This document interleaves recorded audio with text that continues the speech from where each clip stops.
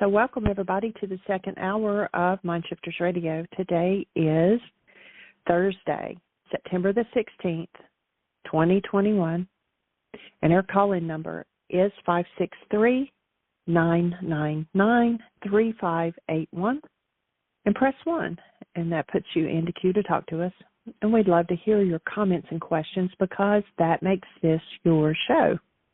And while we're waiting on Michael to get dialed in, I'll just say, even though I worked on the development of the app and I work on the website, I don't hit every page and I don't use it every single day. And so anytime you come across anything that's not working, whether it's in the app or whether it's on the website, please drop me a line and let me know. And my email is Jeanie, Jeanie, at whyagain.org, and just let me know what, the URL, what the address is for the particular page. If you don't know where to find that, if you're on a certain page on the website, up at the very top of the page, you'll have what we call the address bar, which will usually start out HTTPS and then ://whyagain.org / and then whatever page you're on. If you can copy that and send that to me, it will let me know exactly what page is messing up or what's not working right. And, help me keep our site up to date. It's a huge website and lots of pages. I don't even know what the page count is now, but I don't get on every single page. And so please let me know if you run across something that's not working, and I'll get it fixed as soon as I can. Welcome, Michael. Thank you, dear heart, and welcome, everybody. Honored and delighted that you're here with us as we move into the next level of this conversation and the refinement of the understanding of first-century Aramaic forgiveness. We're delighted that you're here. We're delighted that we're here, that we get the opportunity to do this one more time. It's interesting. There are times when the main workshop that I do, Why Is This Happening to Me Again?, I've done as often as 3 times in a day, and I can't count how many times over the last 50 years I've done that workshop. And it always amazes me because each time I teach it, or pardon me, maybe I should say that the other way around, every time it teaches me, every time I open my mouth about the topic, another piece, another level of understanding steps into place. And oftentimes people will say, well, why isn't it finished yet? Well, when your or my understanding of the universe is complete, maybe it will be finished. And, the more I understand, the more that I understand I don't understand. I understand the magnificence of the energetic principles of this universe and by which we operate. And so it is an absolutely amazing, intriguing, and delightful process, and I'm honored to get to share it with each of you. We are starting a new chapter in the book, Why Is This Happening to Me Again? So we're now on page 113 if you're following us in the book. And if you don't have a copy of the book, unfortunately, it is out of print. However, we spread enough copies of it around a quarter of a century ago that there are still lots of used copies for sale day to day on Amazon and on eBay, so you can still find copies there, and or you can go to our website, and that website is whyagain.org, and you can download a copy of the book free in any one of several different languages. So glad that you're with us. And so we're at the top of chapter 18, Clarifying Love. Richard and I went back to our discussion on love. I put forward the thought that keys to the healing process is clarifying the idea of love, which has been ill-defined, misused, and distorted. Cleaning up its definition in our minds is an important piece of foundational work. 2,000 years ago, we were taught love was the most important law to human existence. It must come first if intelligence is to be maintained. Teaching love is not religious. It is the most practical thing in the world. One of the major pitfalls we humans have fallen into is that of making any teaching on love sound like religion. Many people throw out teachings based on love or only give them lip service because they think those teachings are religion, which they've been subtly taught to reject. Richard thought that the ideas on love sounded good, but wanted to know how to love someone who had just been abusive to him. He said in an exasperated tone, "Who could feel anything but anger and hate in that situation? To love, you must first straighten out your definition of the word. This may sound trite, Richard, but people who can feel love when attacked know what love is and do not have realities called anger or hate in them." And so a really important refinement that oftentimes takes people years to comprehend is to recognize that love is not a verb. Love is not something we do. It's not something we can do. It's not something we can get from someone else. It's not something we can give to someone else. Because it's a state of being. And people go, well, so what? What's the difference, a state of being or a verb? What's it matter? Oh, my goodness. If you haven't opened your study of how words impact perception and control the way the mind constructs the world that you see, then there's a whole study that needs to open, and there needs to be comprehension of how words impact our feelings, our creative process, our physiology, our perceptual constructs, our behaviors, our attitudes, everything. And that one key word, you go back and you hear preachers day in and day out talking about how this man Yeshua 2,000 years ago told you to love your neighbor. He never, ever, ever said to love your neighbor. It just isn't there. If you say, well, but he said love your neighbor as yourself. He says love God that way too. It's like never, ever spoken. The phrase that people pick up as, and the Greeks translate as love God, love your neighbor as yourself, actually the word that was used instead of love is the word Rakhma in Aramaic. And Rakhma is a word that has no equivalent in English. It takes a whole paragraph to explain the word. Rakhma is in fact a filter or a gateway in the frontal lobes of the brain. In Aramaic, modern Aramaic-speaking peoples tell us that the definition, the original definition of the word has been lost. They don't know what it means, but they've told us that it is the most, in their tradition, it is the most precious jewel that you could possess. What is that jewel? It's a filter in the frontal lobes of the brain that keep the brain on track with data that is linked to love, informing its intentions, which are the raw material of goals, and goals drive perception. So there's a really important link in the chain. It comes down to this most important jewel, most precious jewel. It's the gateway that allows our created human life to enter into this human form. You've very likely been in a workshop where Jeannie has asked the question, how many have ever held a newborn child?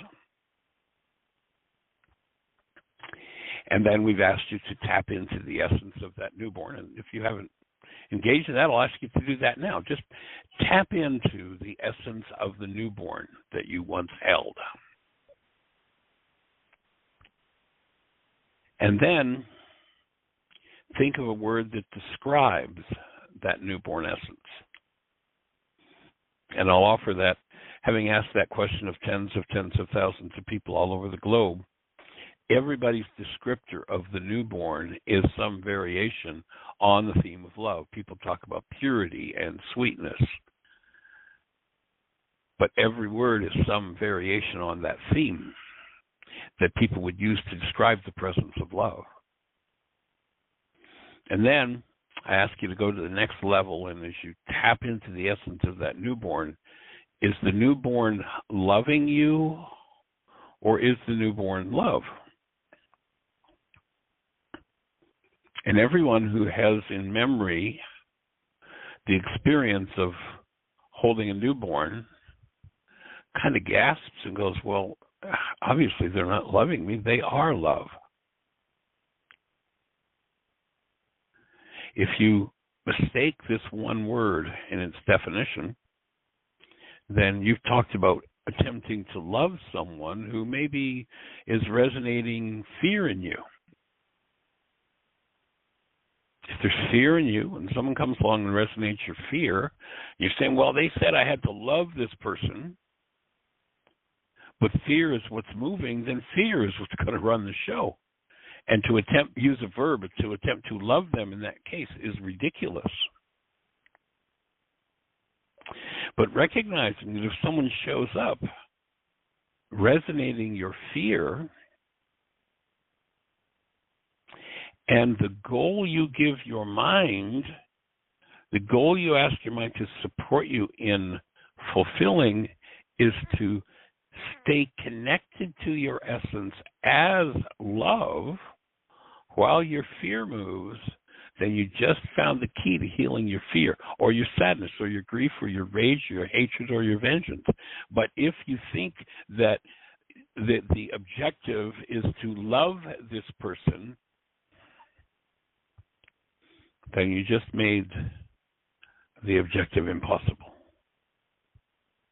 Because love is what you are. It's not what you do. You can't do it. You can only be it. And so that's going to be the object of this particular chapter as we carry on this particular conversation with our character Richard. And we're delighted, and our objective here is to create an availability of the tools and the understanding for people to have the ability to be aware of and live out of truth. Live out of their essential nature for each of us to be able to do that. And each and every tool, people say, well, how do I do that? If you were to go back to day one in our archives, go back 10 years ago, I don't know, over 3,000 hours of conversations, Dr. Tim, myself, Jeannie, and others, Michelle, and so many voices on the show. If you went back to day one and listened to every hour of the archives, then you would be hearing instructions on how to function as love at every minute, in and through every minute of those archives. That's how big a topic it is. When we live out of a mistaken identity, then conversations become ridiculous, our minds become twisted, and confusion reigns. We're looking to clear up the confusion and return to the essence of being, the essence of being a human being. And we're glad you're here to be part of the conversation. So, Ms. Jeannie, do we have anybody in the phone queue with a hand up or anything happening in the chat room? No, it's all quiet. One of the things that came to my mind, and we've experienced it, or well, I'll say but I believe you were also expressing a difference in feeling in our work lately, where we've been breathing and reconnecting and really putting love active in our minds and everything, that we have been able to have discussions that before might have accelerated to a little bit of a strong discussion or miscommunication.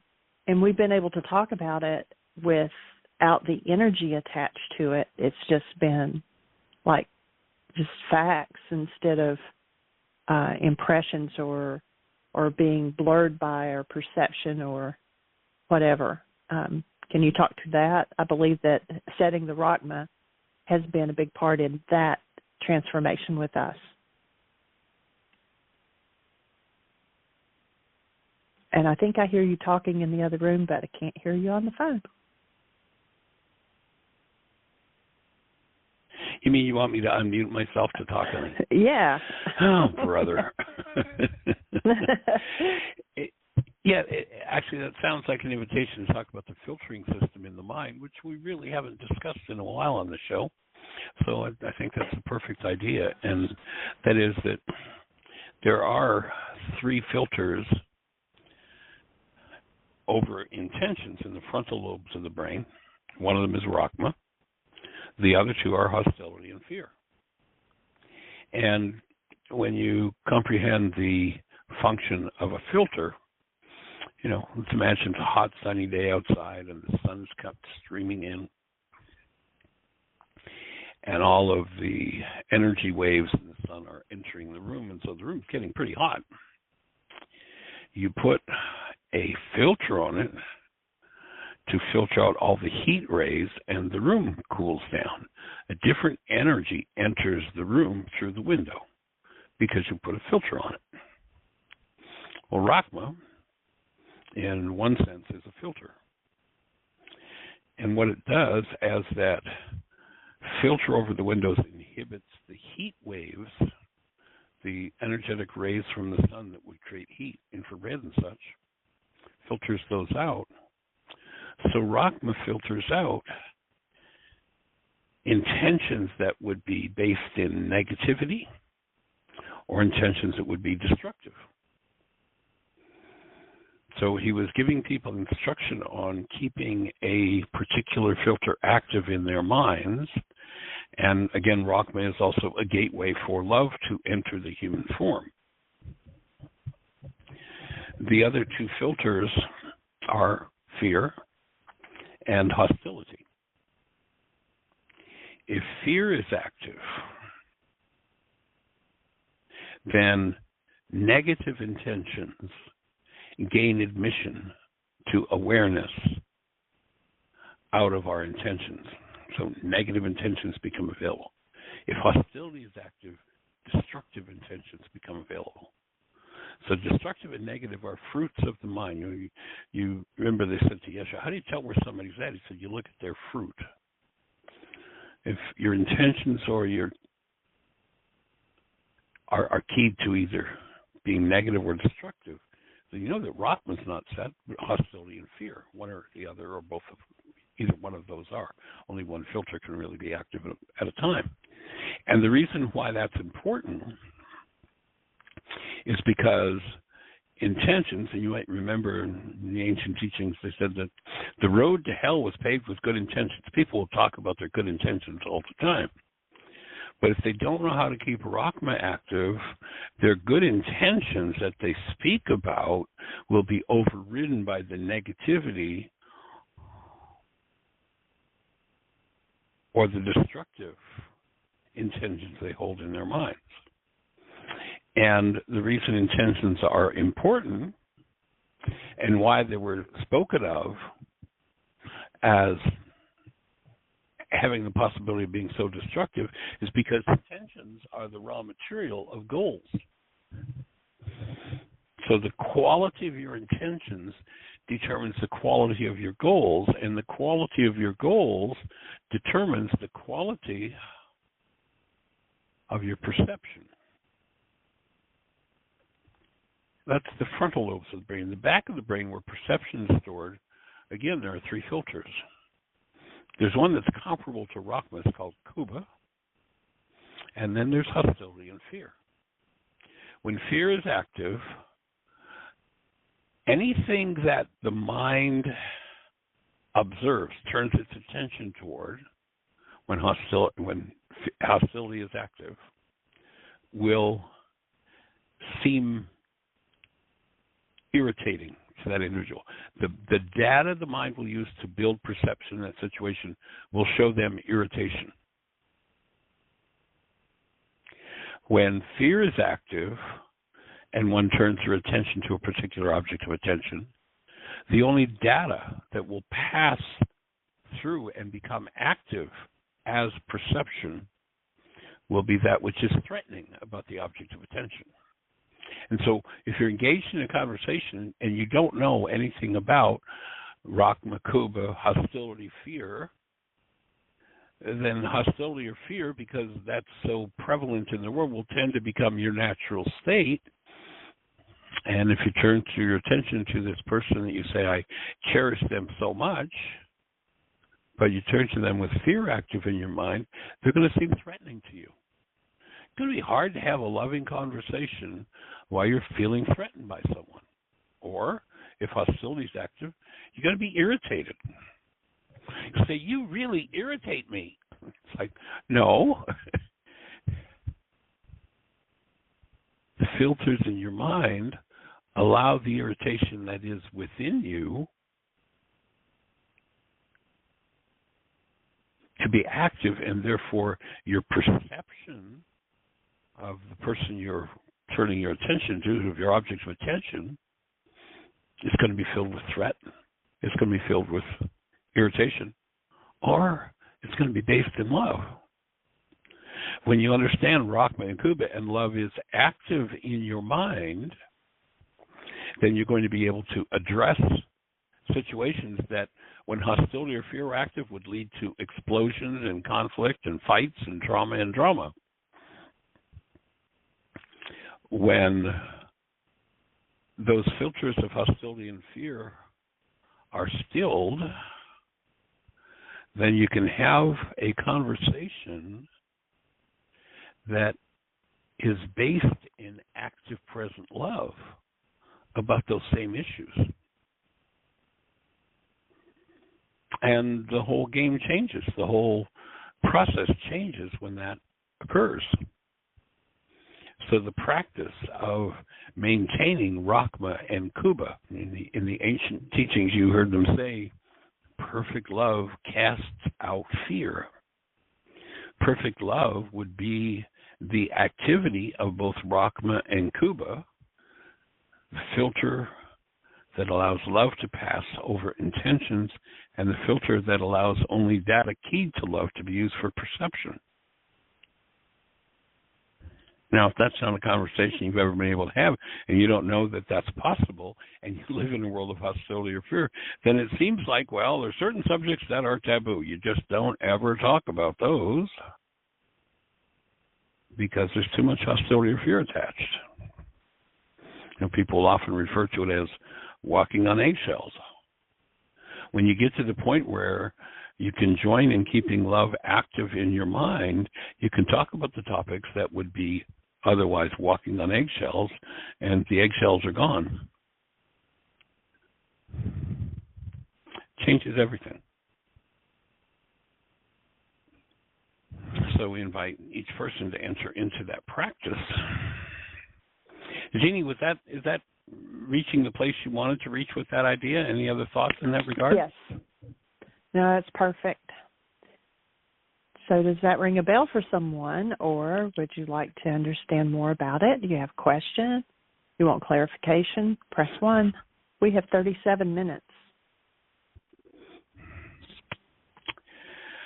Jeannie, you just reminded me of a terrible joke. I won't tell it. Oh, why not? What the heck? Nah, forget it. If somebody doesn't push one, I'm going to tell this joke. So Do we have anybody Well, out there in this land with a... You've got their curiosity up now. They're not going to push one because they want to hear whatever it is. But I think I'd listen to my highest guidance there. Are you saying I shouldn't? Oh, honey, it's cute. It's a cute joke. So this, the old church in the little town, and the person, special bell ringer dies, and they advertise for a new bell ringer, and different people come and apply for the job, and there's this huge old bell, right out on the balcony, and a man shows up who has no arms to apply for the job. And the old priest looks at me and says, there's a rope. You have to be able to pull the rope. You couldn't do this job. And the guy said, look, I've dreamed about being a bell ringer all my life, and I've been practicing, and I can ring this bell. And the old priest is like, well, I don't know what to do, but okay, well, let's see. Go ahead, try it. And the guy just runs to the bell and bang, smashes into it with his face. And the bell rings beautifully. And the old priest can hardly believe it. And he says, but doesn't that hurt? He said, no, I've been practicing since early childhood. I can do this job. And the old priest says, well, okay, go ahead. Do it once more. And if you can do it, well, the guy goes and bang into the bell, but he loses his footing and splat, drops 2 stories down to the ground, and of course is dead. The old priest goes down, and people are gathering around the guy on the ground, and turned to him and said, do you know who he was? And the priest says, I don't know his name, but his face rings a bell.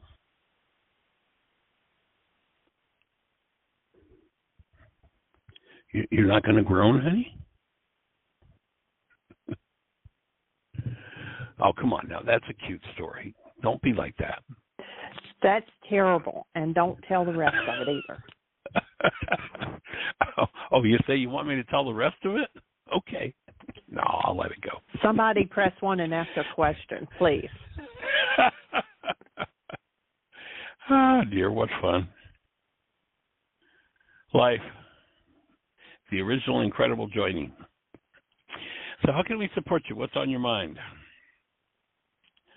This topic of love is one that, the word has been so misused and misaligned and destroyed that it certainly doesn't represent in our culture the truth of who we are anymore in our common cultural language. And so is there something we can help to clarify for you around this topic? Our calling we have a hand up. One of those stations. Oh, great. Let's say hello. All right. It's area code 904. You are on the air. I believe this is Dusty. Yes. Aloha, everybody. Aloha, young man. How are you? Hear you again this morning. Can you hear me? Delighted. Honored. I've been having problems. You're loud and clear. Oh, good. Well, I've been listening most every day, and there's always a takeaway in a program. Yesterday, someone called and was talking about Sri Aurobindo, and I haven't heard that name even whispered for decades, so it was a real pleasure for me. So I went over to my library and I dug through it because I knew I had at least 1 or 2 really old books of theirs. And The Mother. There's a little book called The Mother. There's Sri Aurobindo and The Mother. And The Mother wrote this wonderful thing. And she starts right off by saying that that in a good connection with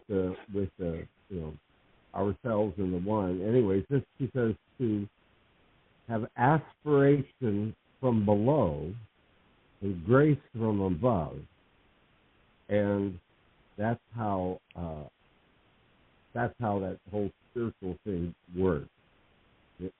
you want to get to a particular place of, I don't want to say enlightenment, consciousness.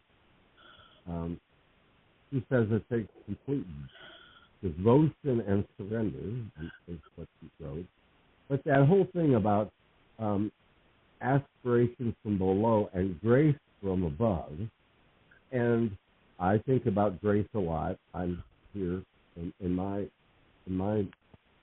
mind on grace, self-grace in a way, and I wonder what the what the Aramaic text and everything that you have access to have to say about grace. Well, my take is there a word? And I'm not sure in Aramaic what the word grace would be. Haven't looked at that. My take is that in our modern world, grace has been made some sort of a mysterious thing that just comes out of somewhere mystically, and we have no control over it or what have you. But the best definition that I've been able to come up with, Dusty, for grace is the gift that we've been given as human beings to change our mind anytime we want. We literally have this power of choice, and in our power of choice is grace. In that, otherwise we're bound, in the Eastern mystics tradition, they talked about karma. You're bound to your karma. Whatever energy goes in, you're going to have to live it out. And that's an absolute, and that's just going to run your life, and it doesn't matter what you do. But my take is grace is the ability to access any energetic pattern held as karma, as they would speak of it, the law of cause and effect, as you sow, you reap. And it doesn't have to be as you sow, you reap. The natural flow of things is if you put a frequency in, you're going to get that frequency out. It's going to play out. But you were given grace. You were given the ability to change every frequency in your structure anytime that you want. And forgiveness is one of the tools or vehicles for carrying that out. That would be my take. Does that fit with your study from the... Pardon? I say, does that fit with your study? Oh yeah, I mean, there's nothing there that it does not fit into the overall construct, because to me, grace in a way is what the indigenous peoples of this continent used to call a great mystery, in a sense, and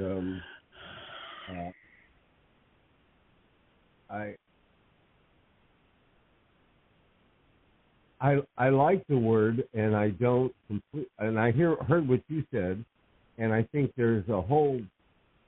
It's one of these things where I think we only get a glimpse of what could be the tip of the iceberg, and there's a lot more. As Dalai Lama said, and anybody that's got an IQ above his uranium. There's a lot more we don't know than we do. And but that word keeps coming up a lot, and I hear what you're saying. And I had something in my mind I wanted to say about grace, but it blanked out. Oh well, worse has happened. Maybe the grace will bring it back. Who knows? Cool. Yeah, and also, just on a quick note, a gal the other day called in and was talking a bit. I think she was just ruminating on it and just giving it a consideration to adopt one of these Afghani kids, take them in. Right. And that was Susan. while biologicals myself, I took in a boy, a troubled, angry, tough as nails kid, about 7, that his mother kept abandoning, and I told her I'd take care of him and get him through something, because he was in trouble. And one thing I found with him, and I guess, I mean, you guys have raised kids, and I'm probably preaching to the choir here. Everybody that's listening probably got kids or something. But what I found with him and what he made me do, because he was such an angry kid, and he needed an extra dose of a bunch of stuff. I'm going to say Mike transferred to someone like an Afghani kid or something, and it was just I had to do everything with love, but when I asked him to do something or told him to do something or da-da-da-da-da-da or whatever it was, I had to be crystal clear on what I was saying, that it was the right thing to do, and then I had to be willing to back it up. And I know of single parents, their kids doing something, they'll say, "Oh, Johnny, don't do that. Oh, Johnny, don't do that. If you do that again, I'm going to. Oh, Johnny, if you do that again, I'm going to." And nothing ever happens. But with David, and I don't know the culture of Afghan and such, but I had to just try to. I always had to make sure he knew he was loved, but that whatever I said, he had to know that I was absolutely going to do that, whether it was good, bad, or indifferent. I had to follow through. And that consistency. And so after about 3 years, he started calling me his heart dad, which made me feel real, because he was a kid that he was beating up he was wiry and tough, and he was beating up all the kids anywhere near his age or size. I mean, he was in trouble. He was on his way to juvie. And his mother would just drop him off at someone's house and bleeding. And so anyways, that kind of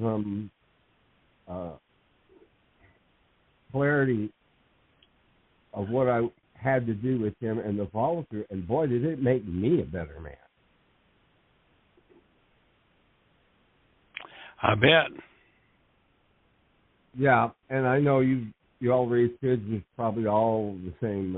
I'm probably preaching to the choir on this, but I'm wondering about a child that would come over from Afghan. I mean, they've got their own social standards. I mean, they've got their own. He grew up with certain things that were okay and some things that were not okay, and our culture may or may not translate to that. And so I would tell anybody that would want to take one of these kids on to try to understand the matrix he operates out of, or has been operating out of, as well as they can. And you like I said, you're always going to have to love them, just like your kids. And but to be crystal clear and don't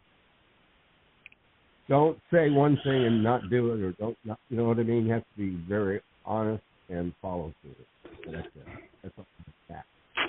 Yeah, it sounds like you kind of adopted a young man who had lived in a world with no consistency, and after you were able to prove to him that you were something he could rely on, that's when he became your heart dad. What a gift! What a profound blessing to offer a young man who just has had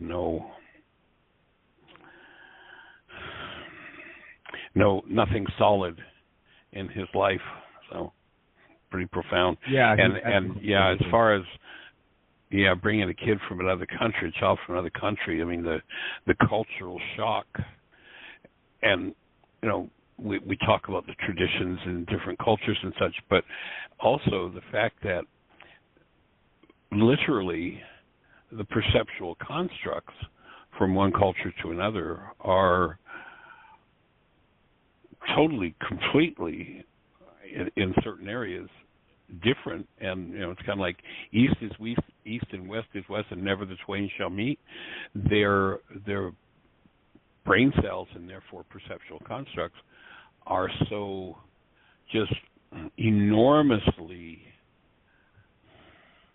distant from each other that it certainly takes a consistent, persistent effort and presence of love to bridge that gap, and certainly will be a powerful gift for someone to give themselves, to obligate themselves to that form of expression. Yes, and while you were saying that, it sparked something in me, which is, I'm just aware of, like it or not, most of the time, and that's that some people, regardless of where they were born on the planet, are inoculated into the culture to such a degree that they think that culture is like a lot of people think this culture is the culture. And, no, it's a culture. It's, as an American Indian indigenous person friend of mine used to say, it's the dominant culture. And then there are the kind of people like you and Jeannie and Patrick and others that can relate to the culture very well, but nonetheless have their own guiding light star, their own star inside. And so it might make a difference to what kind of kid came into their lives. Some have kind of an inner sense of things, and some are just completely attached to their culture.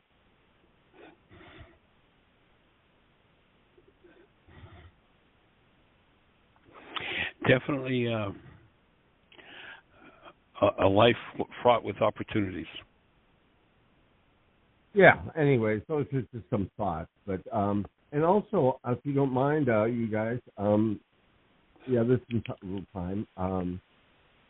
I wanted to thank you for the trial loan of this Avison, and I wondered if you would be interested in hearing some feedback on it.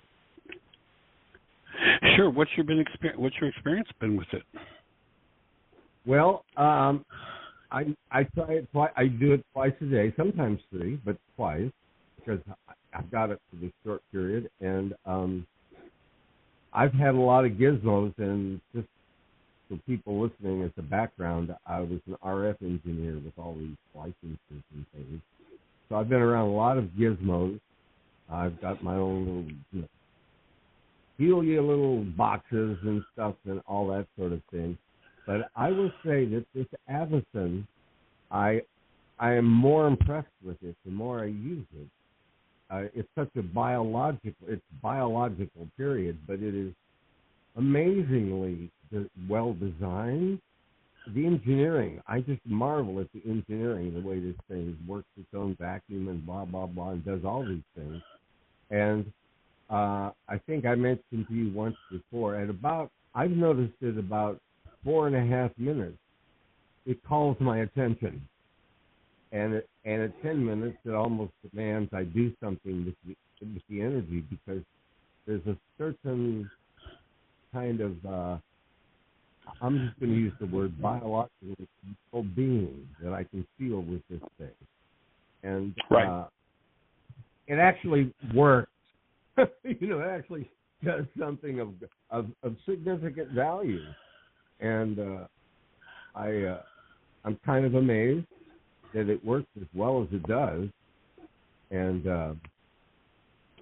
once I get the blood flowing through my body and whatever, if I'm even semi-conscious, I will do some conscious breathing with it to avail myself of the extra flow of circulating blood. But no, I think it's a marvelous machine. I'm on the list. Yeah.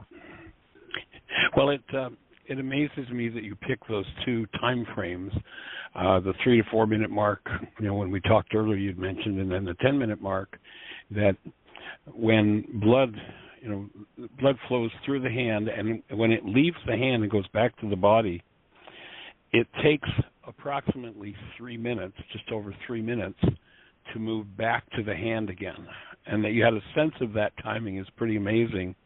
And that the blood that's warmed in the palm of the hand by the Avison, which totally changes the nature and character of blood flow blood is a non-Newtonian liquid, and the most popular non-Newtonian liquid we have a saying about is molasses. We say something's slower than molasses in February. Why do we say that? Because when you lower the temperature of molasses, it doesn't flow very well.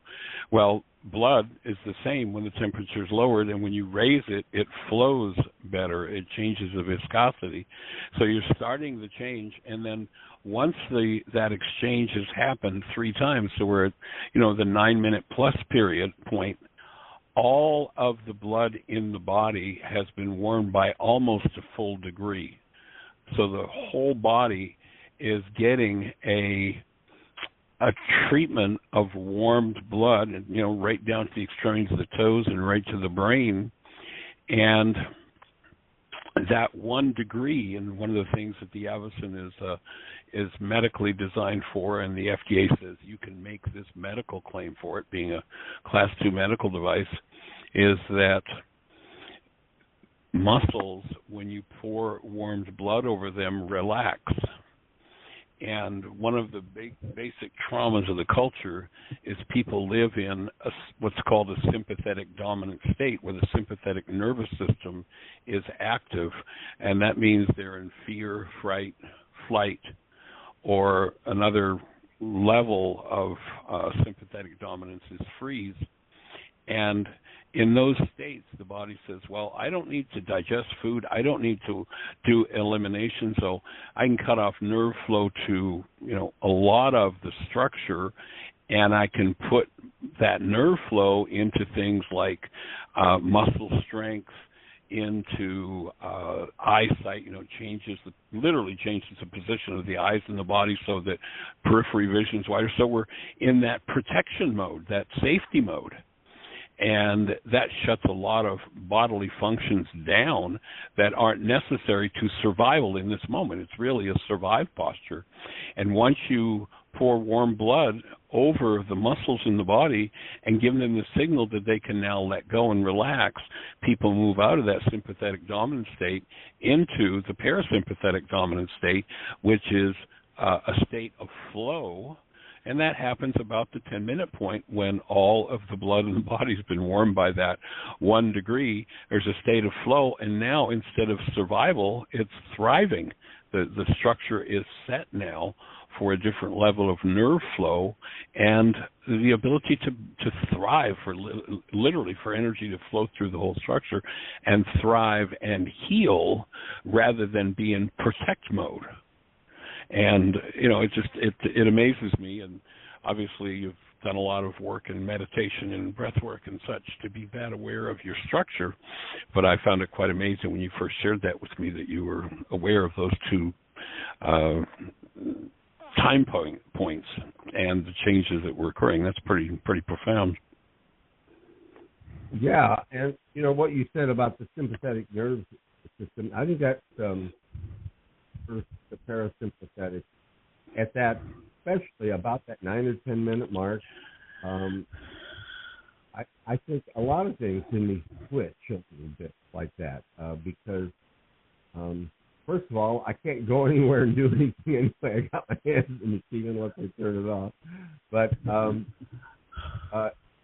don't know. There's just a general sense of well-being, and part of the empirical part of my experience with this machine is, yes, what you just said about the blood circulation.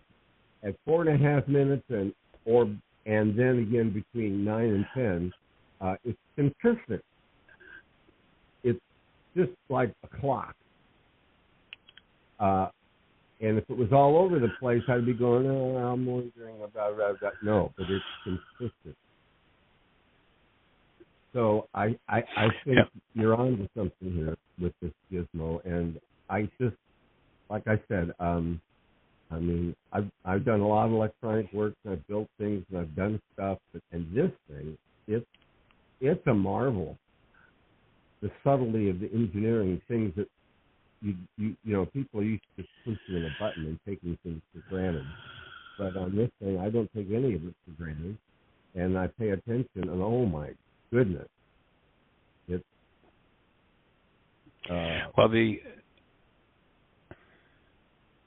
Go ahead. I was No, I going was to going say, to say. the whole idea of the device is to enhance microcirculation. And, when it comes to the circulatory system, veins and arteries, which are the parts of the circulatory system most people are familiar with and medicine deals with, there's something that can be done with those by medicine. But by and large, when it comes to the capillaries, micro blood vessels that are less than the tenth of the thickness of a hair, there's really not much that they've ever known how to do with enhancing microcirculation. And it's only those microcirculatory vessels that deliver blood and oxygen and nutrition to the cell and remove acidic carbon dioxide and acidic wastes from the cell. And we've each got about 60 billion of those capillaries throughout the body.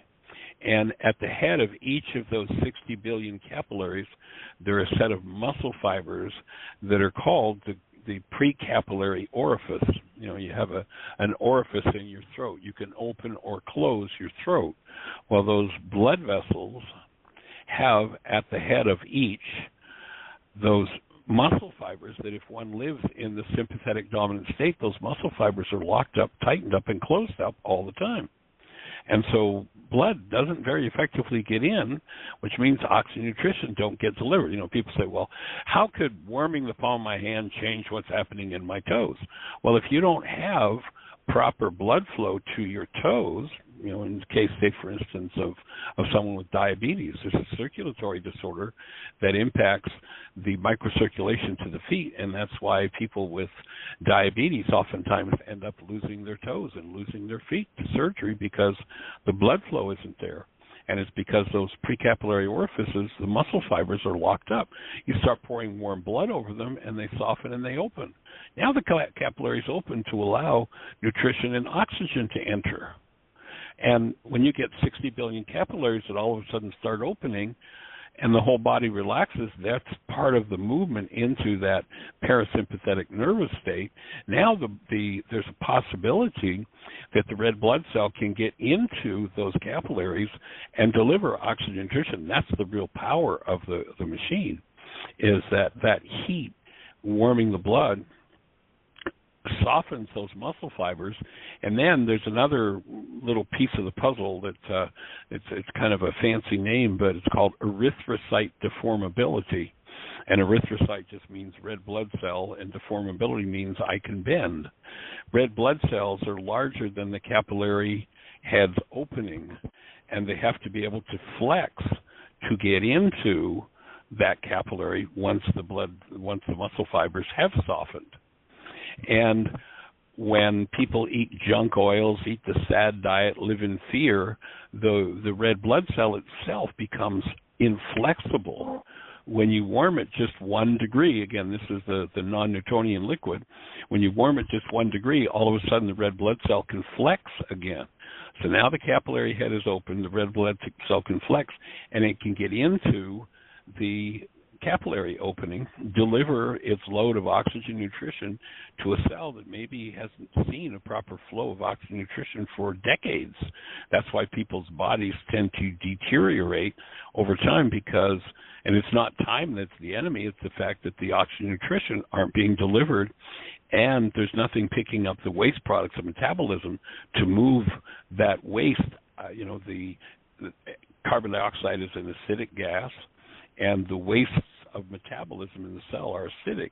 If the blood flow isn't going in, then those wastes aren't being pulled out. And that's where cells tend to become, kind of congested, locked up, and in pain because it deprives the cell of oxygen. If you've got a 5% deprivation of oxygen to a cell, the cell's in excruciating pain.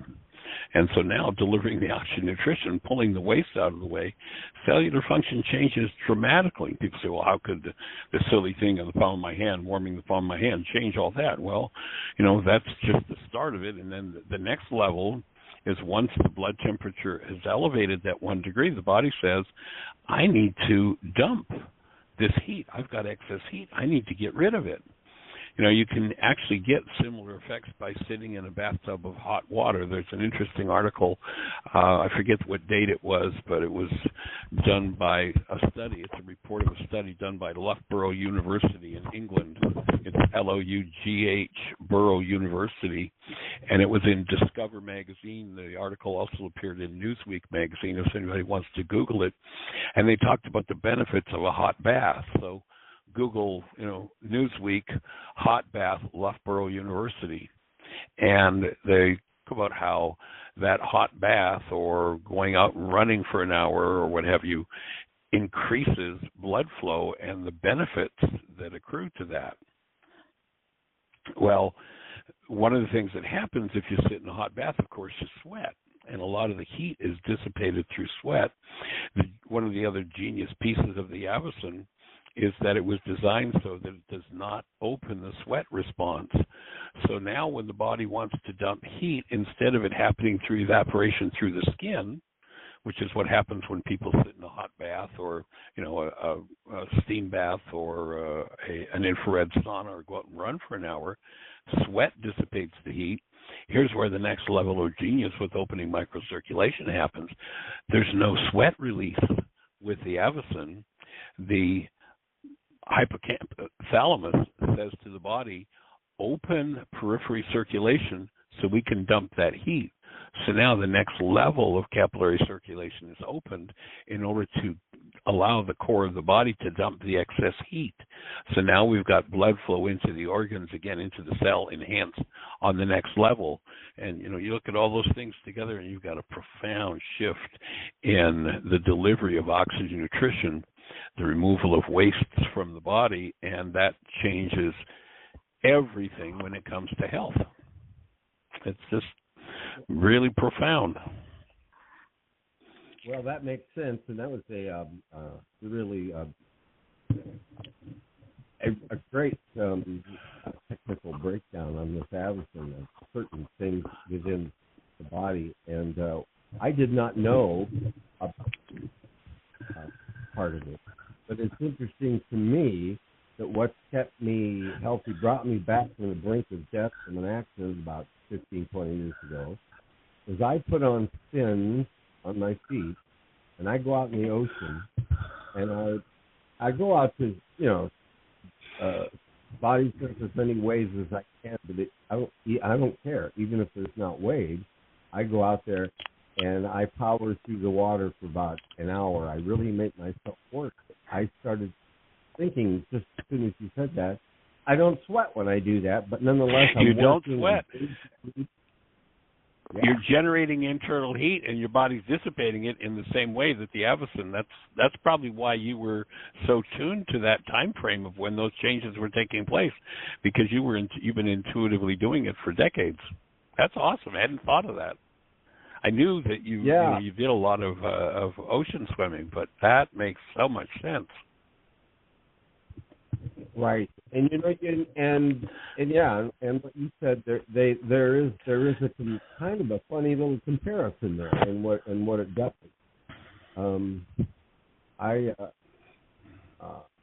Like I said, I'm in really awe of the ocean every day, but in terms of gizmos, this is it. And I mahalo for the trial. And I just wanted to say one more thing, because I know I'm sucking up a lot of time here. And getting near the end. Actually, interesting conversation. I'm appreciating it. Oh, good.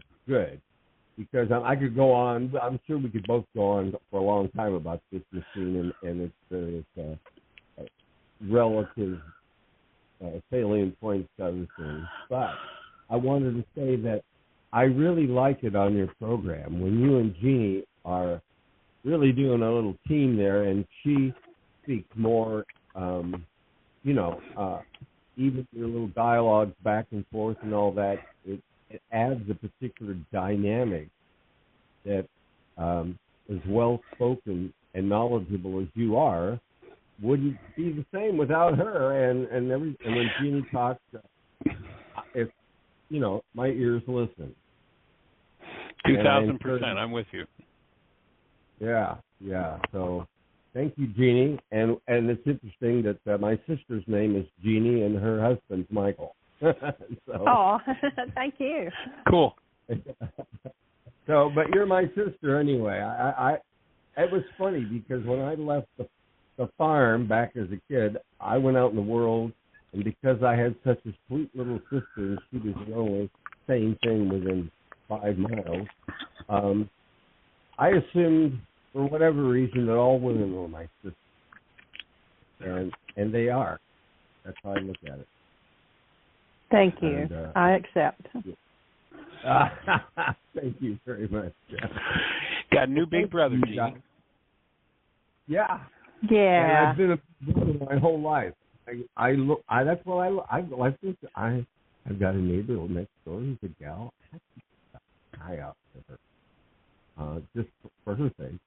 When I go down to the ocean, I always scan it before I get in, and as I get out to see if everybody looks like they're okay. And I've drug a few in, from outside because I have fins. I can get out there before the lifeguard does, if there is a lifeguard. But at any rate, I digress there. But I love the program. I love what you guys are doing here, and I hope people avail themselves of it. All right, my friend. Well, you have a blessed one. We're down to the last half a minute, so I'm just going to say, everybody, appreciate you. Have the best year yet of your eternal life. It's an awesome gift to give the world in blessings.